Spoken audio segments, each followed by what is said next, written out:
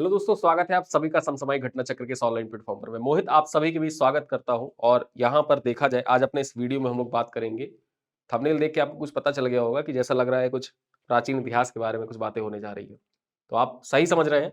यहाँ पर हम लोग बात करेंगे जो प्राचीन इतिहास की प्रमुख पुस्तकें हैं और उनके जो लेखक हैं जो आपके परीक्षा के दृष्टिकोण से इंपॉर्टेंट है, जो बार बार आपके परीक्षाओं में पूछे जाते रहे और बार बार जिनके पूछे जाने की संभावना ज्यादा है, उन सारे बिंदुओं पर, उन सारे पॉइंट पर आज अपने इस वीडियो में हम लोग चर्चा करेंगे। बहुत छोटा सा वीडियो होगा।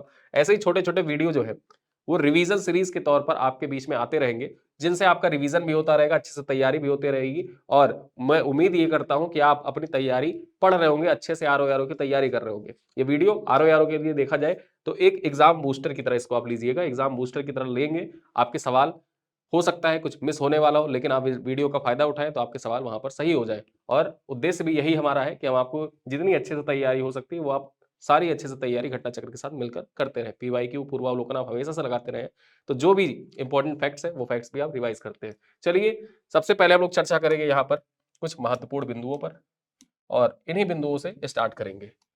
प्राचीन साहित्य एवं साहित्यकार, जो प्राचीन साहित्य है एवं साहित्यकार है उनके बारे में यहां पर जानना स्टार्ट करेंगे। सबसे पहले देखें तो यूनानी लेखक हेरोडोटस 5वीं शताब्दी ईसा पूर्व के थे। 5वीं शताब्दी ईसा पूर्व के थे हेरोडोटस और इनको क्या कहा जाता है? इन्हीं को इतिहास का पिता कहा जाता है। ठीक है, इतिहास का पिता किसे कहा जाता है? परीक्षा में पूछा जा चुका है। इतिहास का पिता कहा जाता है हेरोडोटस को। ठीक है, और इनकी कृति, इनकी किताब का क्या नाम था? इनकी किताब का नाम था हिस्टोरिका। हिस्टोरिका किसकी किताब है? हेरोडोटस की किताब है। और इस किताब के बारे में, जो इस किताब का कथानक है, किस चीज का यहाँ पर जिक्र किया गया है? तो भारत फारस संबंधों का विवरण यहाँ पर प्रस्तुत किया गया है। जो हिस्टोरिका है, उस हिस्टोरिका किताब में भारत और फारस के संबंधों का विवरण प्रस्तुत किया गया है, जो अनुश्रुतियों के आधार पर है। मतलब अनुश्रुतियों, जो किताब अब उपलब्ध नहीं है लेकिन अनुश्रुतियों से हम सुनते चले आ रहे हैं, उसी चीज को अनुश्रुति कहा जाता है। अनुश्रुतियों के आधार पर कहते हैं कि यहाँ पर जो भारत फारस संबंधों का उल्लेख किया गया था, हिस्टोरिका में किया गया था। और जो हेरोडोटस था वो यूनानी लेखक था, उसी ने लिखा था, उसी को इतिहास का पिता कहा जाता है। अगले बिंदु पर चर्चा करें, आपके परीक्षा के दृष्टिकोण से महत्वपूर्ण है। यहां पर चर्चा किया जाए मुद्रा राक्षस की रचना किसने की थी? तो मुद्रा राक्षस जो किताब थी, इसकी रचना विशाखदत्त के द्वारा की गई थी। ठीक है, इस ग्रंथ में मौर्य इतिहास, मुख्यतः चंद्रगुप्त मौर्य के जीवन पर प्रकाश डाला गया। जो चंद्रगुप्त मौर्य था उसके जीवन पर प्रकाश डाला गया। और यहां पर हम चर्चा करें, जो चंद्रगुप्त मौर्य को इस पुस्तक में, जो मुद्रा राक्षस है, उसमें वृषल तथा कुलहीन कहा गया है। ठीक है, पूछा जा चुका है आपसे पीवाईक्यू में कि विसल तथा कुलहीन निम्नलिखित में से किसके द्वारा कहा गया? विशाखदत्त के द्वारा कहा गया। किस पुस्तक में कहा गया? मुद्रा राक्षस में कहा गया है। ठीक है, और किसके ऊपर आधारित है? चंद्रगुप्त मौर्य के ऊपर आधारित है। वहीं पर देखा जाए, जो धुंडीराज था, धुंडीराज के द्वारा मुद्रा राक्षस पर टीका लिखा गया है। ये पॉइंट याद रखिएगा। मुद्रा राक्षस पर टीका लिखने का कार्य किसके द्वारा किया गया? धुंडीराज के द्वारा किया गया था। आगे हम बात करें व्याकरणाचार्य पाणिनि की। अब व्याकरणाचार्य पाणिनि जो थे, इनके बारे में बात करें, एक इंपॉर्टेंट फैक्ट ये जाने रही है कि ये महापद्म नंद, जो नंद वंश का शासक था, नंद वंश का संस्थापक था महापद्म नंद। ठीक है, जिसने एकराट की उपाधि धारण की थी। तो एकराट की उपाधि धारण करने वाला कौन था शासक? नंदवंश का, नंदवंश का संस्थापक महापद्म नंद था, जिसने चारों दिशाओं के राजाओं को जीत लिया था। उसी का मित्र था, उसी के मित्र थे पाणिनि। ठीक है, और पाणिनि के द्वारा व्याकरण के ऊपर एक किताब लिखी गई थी, इसका नाम था अष्टाध्यायी। अष्टाध्यायी जो पुस्तक है, इसका कथानक क्या है? ये व्याकरण की पुस्तक है। आगे हम बात करें वराहमिहिर के बारे में चर्चा कर ले, तो वराहमिहिर गुप्तकालीन खगोल शास्त्री थे। वराहमिहिर जो थे, ये गुप्तकालीन खगोल शास्त्री थे। जब गुप्त काल मुख्य परीक्षा आप लिख रहे हो और मुख्य परीक्षा में गुप्त काल से संबंधित क्वेश्चन आ जाए, गुप्त काल के स्वर्ण काल क्यों कहा जाता है, तो वहां पर जब आप लिखते हैं 4-5 साहित्यकारों, इतिहासकारों, खगोल शास्त्रियों का, या जो गुप्त काल के नवरत्न थे उनका जिक्र करते हैं, तो उनमें एक नाम आता है वराहमिहिर का भी। यहाँ पर चर्चा किया जाए, गुप्तकालीन खगोल शास्त्री थे। वृहद जातक, पंच सिद्धांतिका, वृहद संहिता इनके प्रमुख ग्रंथ है। इनकी पंच सिद्धांतिका जो है, ये यूनानी ज्योतिर्विद्या पर आधारित है। जो पंच सिद्धांतिका है उसका कथानक क्या है? ये यूनानी ज्योतिर्विद्या पर आधारित किताब है पंच सिद्धांतिका। और इन्होंने 3 किताब, जो वराहमिहिर है, वराहमिहिर के द्वारा 3 किताबें लिखी गई। कौन कौन सी?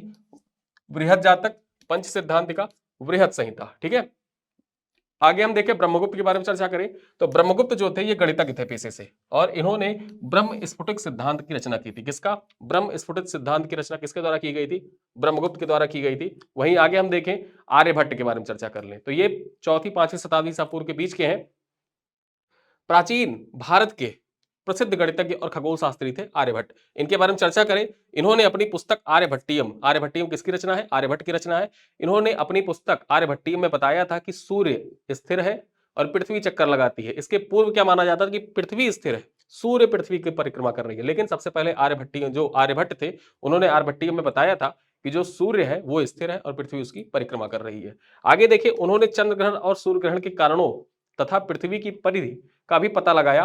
उन्होंने ही दशमलव का स्थानिक मान भी खोज की थी। दशमलव का स्थानिक मान खोज करने का कार्य किसके द्वारा किया गया था? आर्यभट्ट के द्वारा किया गया था। और सूर्य ग्रहण चंद्र ग्रहण का पता लगाने का कार्य जो था वो भी सूर्य ग्रहण चंद्र ग्रहण की जो स्थितियां होती है उनका कारण होता है, ये सब बताने का कार्य आर्यभट्ट के द्वारा किया गया था। चलिए आगे देखें, पाली भाषा के बौद्ध भिक्षु है नागसेन। अब नागसेन के द्वारा एक किताब लिखी गई जिसका नाम क्या था? मिलिंद पन्हो। मिलिंद पन्हो जो है, मिलिंद पन्हो, यहां पर देखा जाए जो बौद्ध भिक्षु नागसेन है उनके बीच तथा जो हिंद यवन शासक, ठीक, हिंद यवन शासक नाम क्या था? मिरांडर, इनके बीच में जो दार्शनिक संवाद हुआ है, वार्तालाप हुआ है, उसी पर आधारित एक किताब है मिलिंद पन्हो। ये किसके द्वारा लिखी गई है? नागसेन के द्वारा लिखी गई है। ठीक है, नागसेन के द्वारा लिखी गई है। आगे हम देखें, कालिदास के बारे में चर्चा कर ले। बहुत ही महत्वपूर्ण नाम है, यहां से आपके परीक्षा में सवाल बनता है।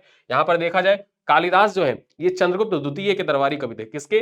चंद्रगुप्त द्वितीय के दरबार में थे कालिदास। इन्होंने क्या किया? इन्होंने मालविका अग्निमित्रम, मालविका अग्निमित्रम, ऋतु संहारम, मेघदूतम, रघुवंशम, कुमार संभवम, अभिज्ञान शाकुंतलम आदि की रचना की। ठीक है, यहां पर इन्होंने इतनी पुस्तकों की रचना की थी। आगे देखें, इनके द्वारा रचित मालविका अग्निमित्रम 5 अंकों का नाटक है। यहां पर ये पॉइंट याद रखिएगा कि मालविका अग्निमित्रम कितने अंकों में विभाजित है? 5 अंकों में विभाजित है, 5 पार्टों में विभाजित है। ठीक है, 5 पार्टों में विभाजित नाटक है जिसमें मालविका और अग्निमित्र के प्रणय कथाओं का वर्णन मिलता है। अग्निमित्र शुंग शासक पुष्यमित्र शुंग का पुत्र था। ये चीज जाने रहिएगा कि जो अग्निमित्र था वो पुष्यमित्र शुंग का पुत्र था। ठीक है, और वहीं पर मालविका और पुष्यमित्र शुंग की जो प्रेम कथा है उसका वर्णन किया गया मालविका अग्निमित्रम में। मालविका अग्निमित्रम के रचनाकार कौन है? कालिदास है। आगे हम देखें, कश्मीर के हिंदू राज्य के इतिहास हमें कल्हड़ की राजतरंगिणी से प्राप्त होता है। जो कश्मीर का हिंदू राज्य था, कश्मीर के बारे में जानकारी हमें कहां से मिलती है? किसकी किताब से मिलती है? कल्हड़ की किताब है। और कल्हड़ की किताब का नाम क्या है? राजतरंगिणी।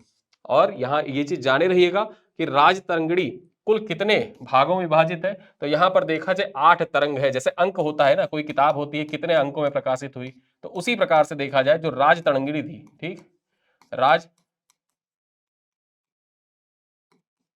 राजतरंगिणी, इसमें देखा जाए इसके टोटल 8 तरंग थे, 8 तरंगों में विभाजित थी। और वहीं पर 7,826 श्लोक भी है। यहाँ पर कितने श्लोक है? और ये फैक्चुअल डाटा मैं आपको क्यों बता रहा हूं, परीक्षा में आपसे ऐसे सवाल पूछे जाते हैं। जैसे पूछ लिया कि अष्टाध्यायी कितने अंकों में विभाजित है, ठीक, पाढ़नी की अष्टाध्यायी कितने अध्यायों में विभाजित है। उसी प्रकार से ये प्रश्न आपके पीवाईक्यू में आ चुका है कि जो राजतरंगिणी है, राजतरंगिणी कितने तरंगों में विभाजित है? तो 8 तरंगों और 7,826 श्लोकों में विभाजित है। इस ग्रंथ की रचना कल्हड़ ने राजा जयसिंह, जो 1128 से लेकर 1149 ईस्वी के बीच में थे, उन्हीं के शासनकाल के दौरान की थी। ये परीक्षा में आपसे पूछा जा सकता है कि राजतरंगिणी की जो रचना हुई थी वो किसके दरबार में हुई थी? राजा जयसिंह के दरबार में कल्हड़ के द्वारा की गई थी। और यहाँ पर कश्मीर के जो हिंदू राज्य है उसी के बारे में बताया गया है। ठीक है, और जो राजतरंगिणी है यहाँ पर कुल 8 तरंग है जिसमें 7,826 श्लोक है।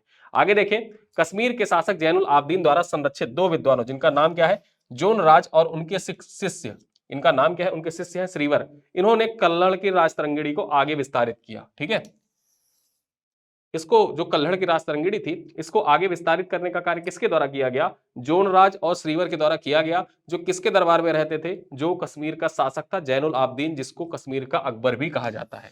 जैनुल आबदीन जो है, इसकी उदारता को देखते हुए इसको कश्मीर का अकबर, कश्मीर का अकबर भी कहा जाता है। इसने भी कश्मीर में जजिया प्रथा समाप्त करी थी। आगे देखें, अश्वघोष के बारे में चर्चा कर ले। अश्वघोष कुषाण शासक कनिष्क के राजकवि थे। जो अश्वघोष थे वो कौन थे? ये कुषाण शासक कनिष्क के राजकवि थे। इनकी तुलना मिल्टन, गेट और कांट तथा वाल्टेयर से की जाती है। मिल्टन, गेट, कांट तथा वाल्टेयर जो प्रमुख, ठीक है, विचारक हैं, उन विचारकों से तुलना की जाती है अश्वघोष की। अश्वघोष किसके दरबारी थे? कनिष्क के दरबारी थे। इनकी रचनाओं में 3 प्रमुख है। जो इन्होंने अश्वघोष की जो रचनाएं हैं उन रचनाओं में 3 आपके परीक्षा के दृष्टिकोण से बहुत महत्वपूर्ण है। वो कौन कौन सी रचना है? बुद्धचरितम। बुद्धचरितम किसकी रचना है? अश्वघोष की रचना है। सौरानंद किसकी रचना है? अश्वघोष की रचना है। और सरिपुत्र प्रकरण किसकी रचना है? तो सरिपुत्र प्रकरण भी अश्वघोष की रचना है। इनमें जो प्रथम 2 है यानी कि बुद्धचरितम और सौरानंद, ये 2 महाकाव्य है। ये दोनों क्या है? ये दोनों महाकाव्य है। जबकि जो सरिपुत्र प्रकरण है ये नाटक है। ये पॉइंट जरूर याद रखिएगा। आपसे 2 कथन वाले सवाल जब पूछेगा तो वहां पर ये पॉइंट दे सकता है कि जो सरिपुत्र प्रकरण है ये महाकाव्य नहीं है, ये नाटक है। ये पॉइंट दिमाग में बैठा के रखिएगा। बुद्धचरित और सौरानंद ये दोनों क्या है, ये दोनों महाकाव्य है, जबकि जो सरीपुत्र प्रकरण है ये नाटक है। आगे देखें, सौरानंद में बुद्ध के सौतेले भाई सुंदर नंद के बौद्ध धर्म ग्रहण करने का वर्णन किया गया। इसमें 18 सर्ग है। जो सौरानंद है ना, सौरानंद, इस सौरानंद में कितने सर्ग है, कितने सर्गों में बटा हुआ है? 18 सर्गों में बटा हुआ है। और यहां पर जो बुद्ध के सौतेले भाई है उनके बारे में वर्णन किया गया कि किस प्रकार उन्होंने बौद्ध धर्म को ग्रहण किया था। आगे हम चर्चा करें, हर्ष को संस्कृत के 3 नाटक ग्रंथों के रचयिता माना जाता है। जो हर्ष है, हर्ष से भी आपके परीक्षा में सवाल पूछा गया है और भविष्य में फिर पूछे जाने की संभावना है। तो देखते हैं कौन कौन सी रचना है। प्रियदर्शिका, रत्नावली और नागानंद, ये तीनों किसकी रचनाएं हैं? ये हर्ष की रचनाएं हैं। ठीक है, यहां पर देखें तो प्रियदर्शिका 4 अंकों का नाटक है। जो प्रियदर्शिका है वो 4 अंकों में विभाजित है, जिसमें वत्सराज उदयन के अंतःपुर की प्रणय कथा का वर्णन है। जो वत्सराज उदयन थे, इनकी जो अंतःपुर, अंतःपुर का मतलब क्या होता है? रनिवास होता है। रनिवास का मतलब ये जहां पर रानियां रहती हैं। तो रनिवास का जो प्रणय कथा है, वत्सराज उदयन जो था उसके जो अंतःपुर था, वहां की जो प्रणय कथाएं थी, प्रेम कहानियां थी, उनका वर्णन यहाँ पर मिलता है। वहीं पर देखा जाए जो रत्नावली है, रत्नावली भी 4 अंकों में विभाजित है। जो रत्नावली है ये भी 4 अंकों में विभाजित है तथा यह नाटक वत्सराज उदयन तथा उसकी रानी वासवदत्ता की परिचारिका नगरिका की प्रणय कथा का बड़ा रोचक वर्णन करता है। ठीक है, तो यहाँ पर जो रानी वासदत्ता थी, उनकी जो परिचारिका मतलब उनकी नौकरानी जो थी, उनकी नगरिका का प्रणय कथा का वर्णन मिलता है यहाँ पर। आगे देखें, नागानंद जो है, ठीक है, बौद्ध धर्म से प्रभावित रचना है। इसमें 5 अंक है। जो नागानंद है इसमें 5 रचनाएं हैं। ये तीनों रचनाओं के बारे में, जो हर्ष की तीनों रचनाएं हैं, यहाँ पर समझ लीजिए कि हर्ष की जो प्रमुख रचनाएं हैं उन रचनाओं के बारे में एक ही स्लाइड में आपको सब कुछ मिल गया। सारी जानकारी आपको मिल गई, किस पर आधारित है, कितने अंक है, सब कुछ बता दिया। चलिए आगे देखिए, अगला पॉइंट है जयदेव के बारे में। जयदेव ने हर्ष को भास, कालिदास, बाण, मयूर से, ठीक है, वो किया है, विभूषित किया है, इनके साथ तुलना करी है, जयदेव के द्वारा तुलना की गई है। देखिए यहां पर जयदेव ने हर्ष को भास, कालिदास, बाण, मयूर आदि कवियों के समकक्षता में रखते हुए उसे कविता कामिनी का साक्षात हर्ष निरूपित किया है। कविता कामिनी का साक्षात हर्ष, ठीक है, ये किसके द्वारा कहा गया? ये कहा गया है जयदेव के द्वारा। आगे देखें, महाकवि भास के नाम से 13 नाटक उपलब्ध हैं, जिनमें, ठीक है, जिन्हें टी गणपति शास्त्री ने त्रिवेंद्रम या तिरुवनंतपुरम से प्रकाशित कराया था। ये पॉइंट याद रखिएगा कि जो महाकवि भास हैं, इनकी 13 नाटक उपलब्ध है वर्तमान में, जिसका प्रकाशन कराने का कार्य किसके द्वारा किया गया था? टी गणपति शास्त्री के द्वारा किया गया था। कहां से? त्रिवेंद्रम, जिसको वर्तमान में तिरुवनंतपुरम के नाम से जानते हैं। तिरुवनंतपुरम का पुराना नाम क्या था? त्रिवेंद्रम था। ठीक है, आगे देखें, और जो त्रिवेंद्रम है यहीं के राजा थे, राजा रवि वर्मा। कौन? राजा रवि वर्मा। जो राजा रवि वर्मा थे ये प्रसिद्ध चित्रकार थे। ये प्रसिद्ध चित्रकार इस वजह से थे, जैसे आप सुनते होंगे कि आपने एक कहानी सुनी होगी जब आप मध्यकालीन इतिहास पढ़ते हैं, तो मध्यकालीन इतिहास में आपने सुना होगा कि जो मध्यकालीन इतिहास में अकबर का पुत्र जो था, ठीक है, जहांगीर, इतना फेमस कलाकार था कि अगर कोई चित्र है, जहांगीर अपने बारे में लिखता है कि अगर कोई चित्र है, उस चित्र का आंख किसी और व्यक्ति ने बनाया है, कान किसी और व्यक्ति ने बनाया है, मुंह किसी और व्यक्ति ने बनाया है, हाथ किसी और ने बनाया है, पैर किसी और ने बनाया है, तो मैं एक एक उस व्यक्ति का नाम बता सकता हूं। इतना पारखी था कला का कि वो एक एक उस व्यक्ति का नाम बता सकता था कि आंख किसने बनाया है, मुंह किसने बनाया है, कान किसने बनाया है। ठीक है, तो जिस प्रकार जहांगीर पारखी था कला का, उसी प्रकार से देखा जाए तो राजा रवि वर्मा बहुत पारखी थे। और जो आजकल आप देवी देवताओं के चित्र देखते हैं, पहली बार देवी देवताओं के चित्र बनाने की जो परिकल्पना थी वो राजा रवि वर्मा के द्वारा ही प्रस्तुत करी गई थी। ठीक है, यहां पर देखा जाए जो 13 नाटक बताए गए हैं टी गणपति शास्त्री के द्वारा, उनमें कौन कौन से हैं? प्रतिज्ञा, योगंध रायण, प्रतिज्ञा योगंध रायण, ये पहली है। दूसरा है स्वप्नवास दत्ता, तीसरा है उरुभंग, चौथा है दूत वाक्य, पांचवा है पंचरात्र, फिर उसके बाद छठा है बाल चरित्र, सातवां है दूत घटोत्कच, ठीक है, आठवां है कर्णभार, नौवां है मध्यम माव्या योग, 10वां है प्रतिमा नाटक, 11वां है अभिषेक नाटक, 12वां है अभिमारक और 13वां है चारुदत्त। ये 13 रचनाएं हैं और ये 13 रचनाएं किसकी हैं? ये भास की हैं। ठीक है, महाकवि भास की 13 रचनाएं हैं। आगे हम बात करें गीत गोविंद के बारे में चर्चा कर लें। जयदेव कृत है गीत गोविंद, ठीक है, जयदेव कृत है गीत गोविंद, जयदेव ने इसकी रचना की थी। गीत गोविंद के रचयिता जयदेव बंगाल के अंतिम सेन शासक लक्ष्मण सेन के आश्रित महाकवि थे। ठीक है, किसके दरबार में रहते थे? जो जयदेव जो है गीत गोविंद के रचनाकार जयदेव निम्नलिखित में से किसके दरबार में रहते थे? पीवाईक्यू में आपसे पूछा जा चुका है, लक्ष्मण सेन के दरबार में रहते थे और लक्ष्मण सेन बंगाल का शासक था, जो सेन वंश का अंतिम शासक था। ये पॉइंट याद रखिएगा। अतः जयदेव ने 12वीं शताब्दी में गीत गोविंद की रचना की थी। इसे गीत काव्य कहना उचित होगा। इसमें 12 सर्ग है और प्रत्येक सर्ग में गीतों से समन्वित किया गया है। ठीक है, जो गीत गोविंद है ये 12 सर्गों में विभाजित है और इसको जो प्रत्येक सर्ग है वो गीतों से समन्वित किया गया है। आगे हम चर्चा करें, प्राचीन भारतीय पुस्तक पंचतंत्र जो है इसके बारे में चर्चा कर ले। पंचतंत्र मूलतः संस्कृत में रचित है। एक 15 भारतीय और 40 विदेशी भाषाओं में अनुवादित किया गया। सबसे ज्यादा भाषाओं में अनुवाद की गई पुस्तक इसको कहा जाता था। यहां पर देखा जाए इसके मूल लेखक कौन है? विष्णु शर्मा। विष्णु शर्मा के द्वारा पंचतंत्र लिखा गया था।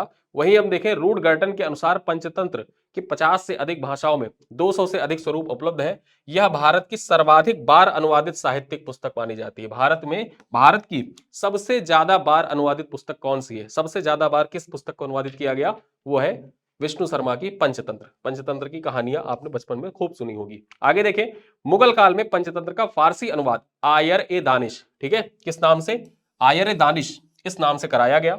और यहां पर देखा जाए किसने किया था? अबुल फजल ने किया था। अबुल फजल ने आयर ए दानिश के नाम से पंचतंत्र का फारसी में अनुवाद किया था। किसमें? फारसी में। आगे हम बात करें आचार्य सर्ववर्मा के बारे में बात कर ले तो आचार्य सर्ववर्मा ने 5 खंडों में कातंत्र व्याकरण की रचना की थी। ये भी व्याकरण काव्य था और कातंत्र जो है ये संस्कृत भाषा में लिखी गई थी। जो कातंत्र था इसकी रचनाकार कौन थे? सर्ववर्मा थे। ठीक है, और सर्ववर्मा का जो कातंत्र व्याकरणम है ये किस भाषा में लिखा गया था? ये संस्कृत भाषा में लिखा गया था। आगे हम चर्चा करें अगले पॉइंट की, तो 12वीं शताब्दी में गणितज्ञ भास्कर, जिनको आप भास्कर द्वितीय या भास्कराचार्य के नाम से भी जानते हैं, इन्होंने बीजगणित के क्षेत्र में विशेष योगदान दिया। इनकी प्रसिद्ध पुस्तक कौन सी थी? सिद्धांत शिरोमणि। सिद्धांत शिरोमणि किसकी पुस्तक है? यह है भास्कर द्वितीय, जिनको आप भास्कराचार्य के भी नाम से जानते हैं। और यहीं पर देखा जाए 4 भागों में लीलावती, बीजगणित, गणिताध्याय और गोलाध्याय में विभाजित है। जो सिद्धांत शिरोमणि है इसके 4 पार्ट थे। कितने?